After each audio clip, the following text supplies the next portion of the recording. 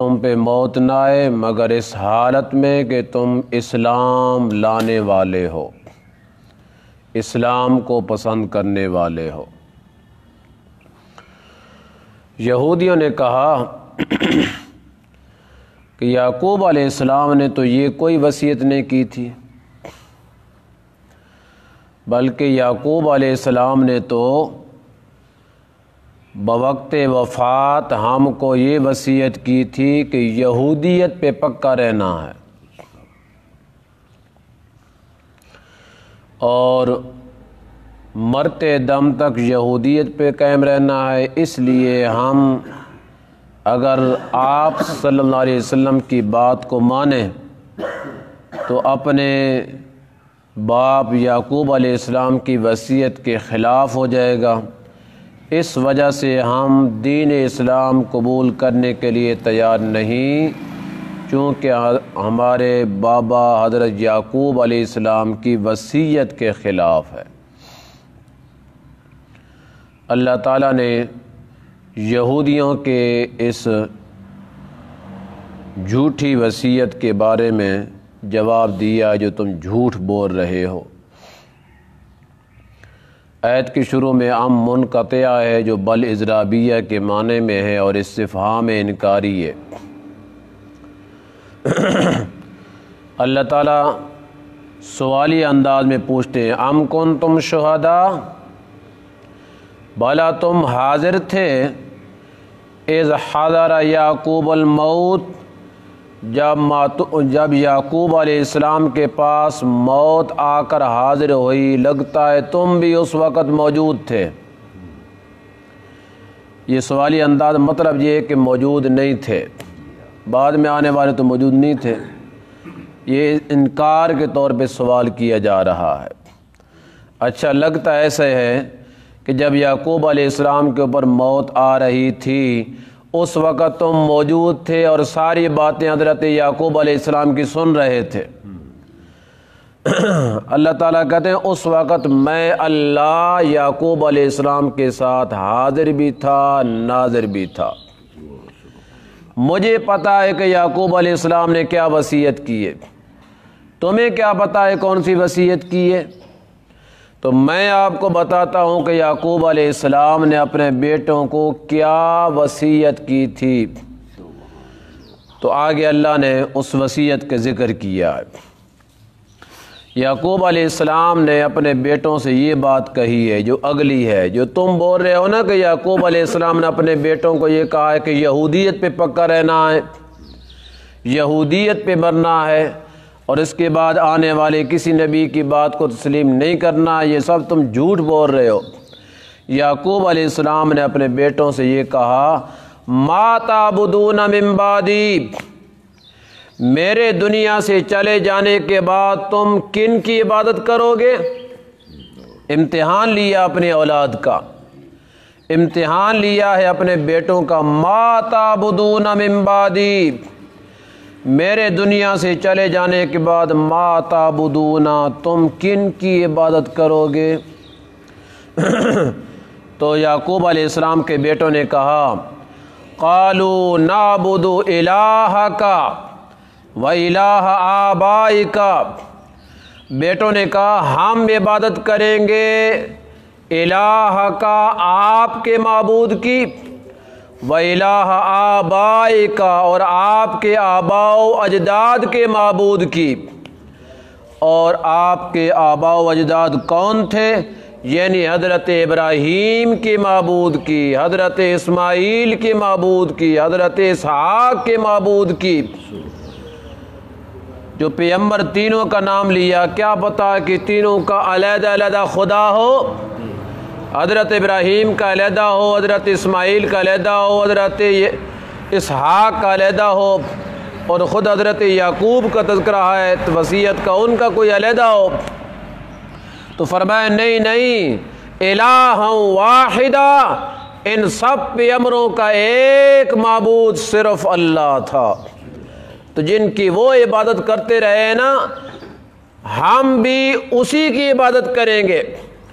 اور یہ یعقوب علیہ السلام کو بطور تسلی کی بات فرما دیے، الہ کا، جو آپ کا معبود ہے۔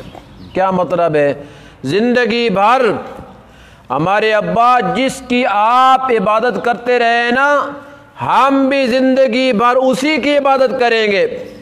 اور آگے یہ تعارف کے لیے بات کہہ دی ہے، وَإِلَٰهَ آبَائِكَ، وہ صرف آپ کا معبود نہیں تھا، بلکہ آپ کے آباء و اجداد جو سب اللہ کے نبی رسول پیغمبر گزرے ہیں، ان کا بھی وہی معبود تھا۔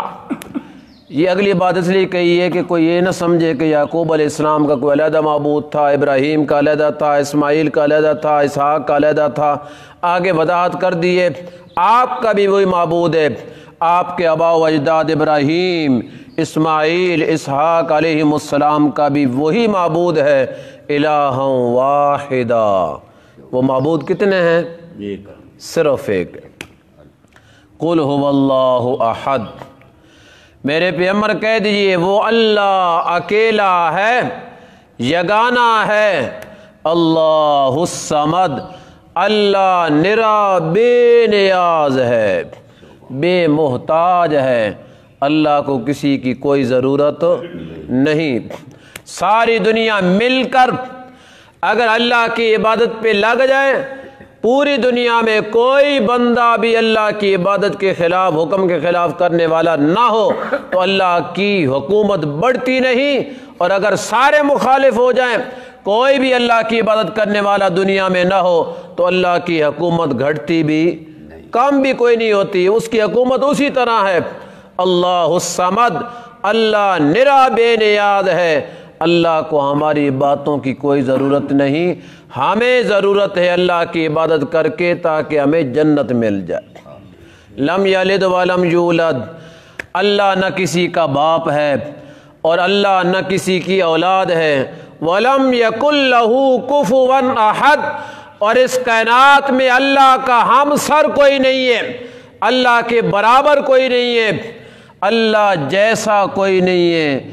اسی وجہ سے تو لیس کمثلہ شیء، اللہ کہتے ہیں، اللہ اپنے بارے میں خود قرآن میں کہتے ہیں کہ اللہ جیسا اور کوئی نہیں ہے، اللہ جیسی اور کوئی مثال ہی کوئی نہیں ہے۔ تو ابراہیم علیہ السلام، اسحاق علیہ السلام، اسماعیل علیہ السلام، یہ سب اللہ کے نبی تھے، اور ان کے یہ پوتے ہیں حضرت یعقوب، یہ بھی اللہ کے نبی تھے۔ انہوں نے تو دنیا سے جاتے ہوئے اپنے بیٹوں سے یہ پوچھا تھا، ما تعبدون من بعدی، اور انہوں نے جواب دیا تھا نعبد الہ کا، اور آپ کہتے ہیں کہ یعقوب علیہ السلام نے کہا تھا یہودیت پہ مرنا ہے۔ یہ میں خدا کو زیادہ پتہ ہے یا تمہیں زیادہ پتہ ہے؟ موجود تو میں تھا، سنا تو میں نے تھا، اور میں نے آپ کو بتلا دیا جو یعقوب علیہ السلام کی وصیت تھی۔ وَنَحْنُ لَهُ مُسْلِمُونَ، اور یعقوب علیہ السلام کے بیٹوں نے آخر میں یہ کہا تھا نحن لہ مسلمون، ہم اس اللہ ہی کی فرما برداری کرنے والے ہیں، ہم اس اللہ کے سامنے مسلم ہیں، ہم اللہ کی بات کو تسلیم کرنے والے ہیں۔ یعقوب علیہ السلام نے کہا ہے کہ موت جب تمہارے اوپر آئے تو اسلام کے اوپر موت آئے، اور تم کہتے ہو کہ یعقوب علیہ السلام نے کہا یہودیت کے اوپر موت آئے۔ لا حول ولا قوت الا باللہ۔ یہودی بھی عجیب قوم تھی، کہتے ہیں کہ چلو وہ بات ہماری ثابت نہیں تھی، اتنی بات تو ثابت ہو گئی نا کہ ہمارا پردادا حضرت ابراہیم وہ بھی اللہ کا نبی ہے، ہمارا دادا حضرت اسحاق وہ بھی اللہ کا نبی ہے، ہمارا باپ یعقوب وہ بھی اللہ کا نبی ہے۔ اتنی بڑی لڑی آ رہی نبیوں کی، تو پھر ہم تو بخشے ہیں، ہم نبیوں کی اولاد ہیں۔ یہاں تو صاحبزادے کہیں پھولے نہیں سماتے، ہم تو نبی زادے ہیں۔ کوئی شہزادہ ہو تو وہ پھولے نہیں سماتا، ہم تو نبی زادے ہیں، ہم بخشائے ہیں۔ ہم اگر کچھ بھی نہ کریں نا تب بھی جنت ہماری ہے اور ہم جنتی ہیں، ہمیں جنت میں داخل ہونے سے کوئی روک نہیں سکتا ہے۔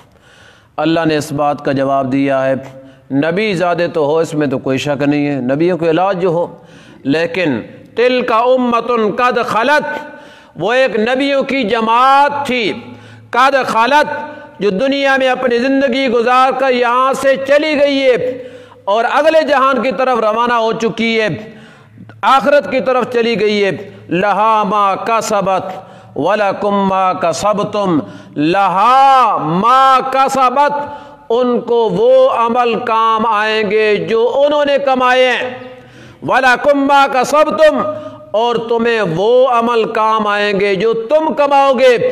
لہذا اپنے اپنے عمل کی وجہ سے کل قیامت کے دن تمہارا نتیجہ اور رزلٹ ہوگا، دوسروں کے عملوں کی وجہ سے تمہاری بخشش نہیں ہوگی۔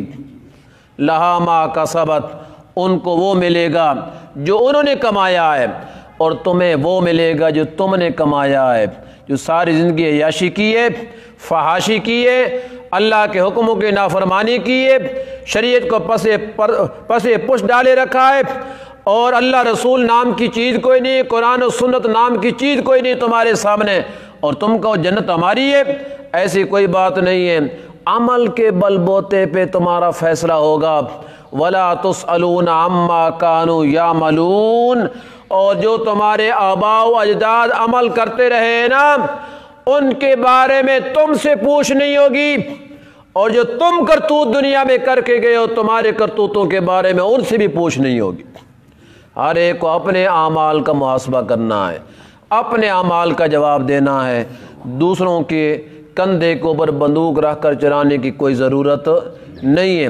لہذا یہودیوں کو اللہ نے جواب دے دیا، یہ تو بات ٹھیک ہے اب نبیوں کی اولاد تو ہیں، لیکن اس وجہ سے کہ اب نبی کی اولاد ہیں اب بخشے جائیں گے، یہ بات غلط ہے۔ اپنا ایمان، اپنا عمل کرو تاکہ کل قیامت کے دن اللہ کی رحمت کو کھینچنے کا سبب بن جائے اور تمہاری بخشش ہو جائے۔ اگر اپنا ایمان اور اپنا عمل نہیں ہوگا تو اللہ کے نبی بھی کل قیامت کے دن تمہیں بچا سکتے نہیں ہیں۔ الحمدللہ رب العالمین۔